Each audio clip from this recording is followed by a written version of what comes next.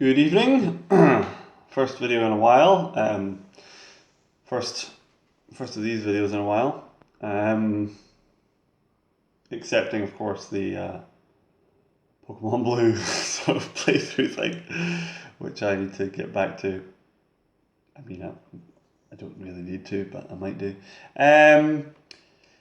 Yeah, so last haul kind of thing was right before lockdown here in Scotland. And I remember feeling a bit silly. This is before all the shops had to close, obviously, but the streets were dead, they were empty, and I remember, I won't go over that too much, but I remember feeling a bit silly, bit silly for being at the shop. Now, shops have opened up for quite a while now here. And I've popped into, say, CX and without really the intention of buying anything because I don't have the money. But I decided to trade in my Dreamcast because that would give me a bit of credit to treat myself when the need arose, and because it also takes away a console to collect for. So that's fewer games catching my eye. So and I kind of had a feeling. I've noticed that a lot of consoles and maybe a lot of games as well have just gone up in price since lockdown. I knew about PS4s and Switches because obviously they're kind of current and a lot of people were buying them. I was surprised to find, just through observation, that I popped my hand to CX in Edinburgh during the week, and that even GameCubes and older consoles have gone up in price. I remember GameCubes a few months ago were like 40-ish quid, and I saw one for 75 the other day, and used to see original Game Boys unboxed for about 50, and I saw one boxed for, I think it was 140 or something. You know, difficult to compare those two things, but that still seems like an enormous amount more. Anyway, so I did that today. So, and I was at the shops, and it's busy. I've not been making a habit of being out and about in it, and it does feel like things are opening up. Well, it's not so much that things are opening up too much, but you know, obviously everyone's just taking advantage of them being open, and if everyone does that at once, it gets kind of too busy. Difficult to control, difficult to say what to do, and that's not what I'm here to talk about, really. I traded in my Dreamcast plus its bits, and I got what I paid for it originally. I got that back. So that was my suspicion. I thought, this will have gone up in price. I will probably get a good deal on this. So I have lost no money on the Dreamcast in having bought it back then. It wasn't in perfect condition or anything like that. It was a bit yellow. So whenever I feel like getting a Dreamcast again, I don't have to feel like I've wasted money and having it before and getting rid of it, blah blah blah. And at the same time, I got a couple of games. One, which I'll start off with, Devil May Cry. This is, it's kind of a common thing with PS2 games, I feel. They are valueless. It's not on, what am I trying to say? On no other console do there seem to be so many games that sell now for like £2. I think it was Final Fantasy X-2 that I made a video about a while ago that I got for £1 or £2 or something. It was very, very cheap. And this is a game that I remember it being dirt cheap a long time ago. I got it for £1.50.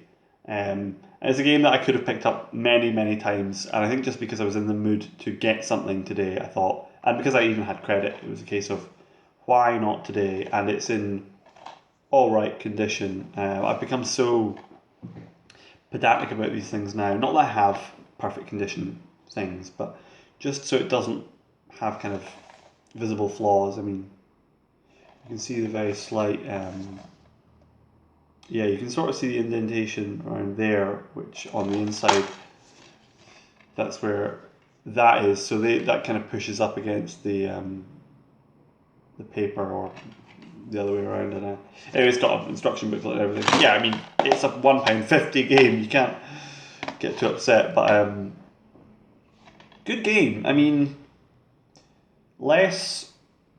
I don't know about less polished, but less. There's less to it perhaps than the second one and the third one. I didn't play the second one. I played the third one, but I think that's what kind of makes it more appealing to me. It's a very early PS2 game. It defines kind of early PS2 style for me. I think of Devil May Cry. I think of Tekken Tag Tournament. I think of, what else do I think of actually? Now that I mention it, I think of those two games apparently. I don't know. It's still got a kind of, there's something primitive about it when you consider how Devil May Cry fits right into kind of current action game, that kind of scene, and the first one doesn't. I mean, it's obviously it's closer to something like, say, Castlevania. I want to say, I don't know if that's really that accurate. I'll need to play it and see, but uh, yeah, um, cool game. I mean, pretty stupid, but that's okay. I don't have a lot more to say about that, so I'm not gonna talk shite over and over again, or on and on and on, whatever. Oh, my receipt is in here.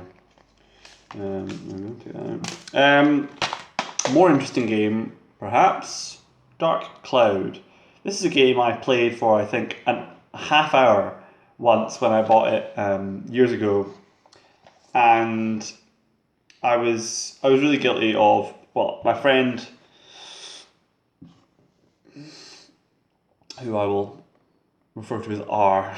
Seems like a silly thing to do, but I don't want to.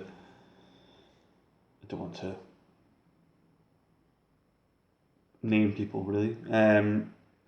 R. Is that stupid? I'm not going to continue calling him R. I'm going to stop that right now. My friend at the time, who, uh, yeah, he and I, we'd go to these game shops all the time. It was Games Exchange. I've talked about it before. He had a really awful habit of buying games and just trading them in right away. And I wasn't great either. But I think it was maybe one of the only times I did this, where I bought this game, played it for half an hour. It didn't really take me. It's almost got a kind of Western RPG type thing, which I was not used to at the time.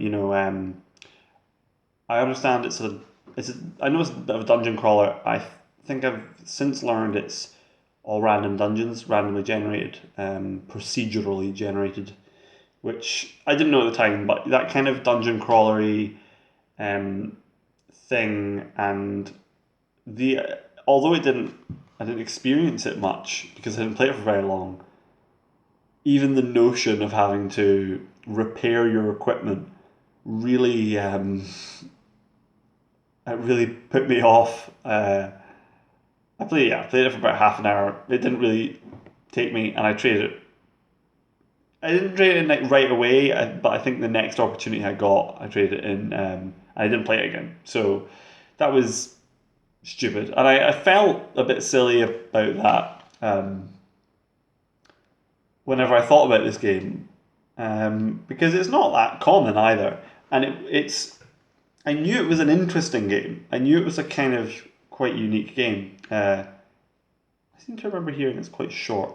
I know it's got this kind of RPG slash um, time design type thing. I was trying to think of a genre name for that, but I guess there isn't really a genre name for that. Almost lifestyle simulator, life sim. I don't know if it's that. Um, yeah, I know it's got a sequel, Dark Chronicle. Yeah, having not really played it much and it not being like a super established franchise, I don't have much much to say about it. But these are two games I look forward to playing and mucking about on. Um, very PS2, very PS2y. This one in particular for me, the way I think of, yeah, I'm not going to have any more luck sort of substantiating what I said earlier about it being a kind of typical PS2 game. Um, but yeah, in terms of this era, they're both quite representative of that, I suppose. Um, that'll probably do. Yeah. Hmm. Yeah, that'll do. Cheers.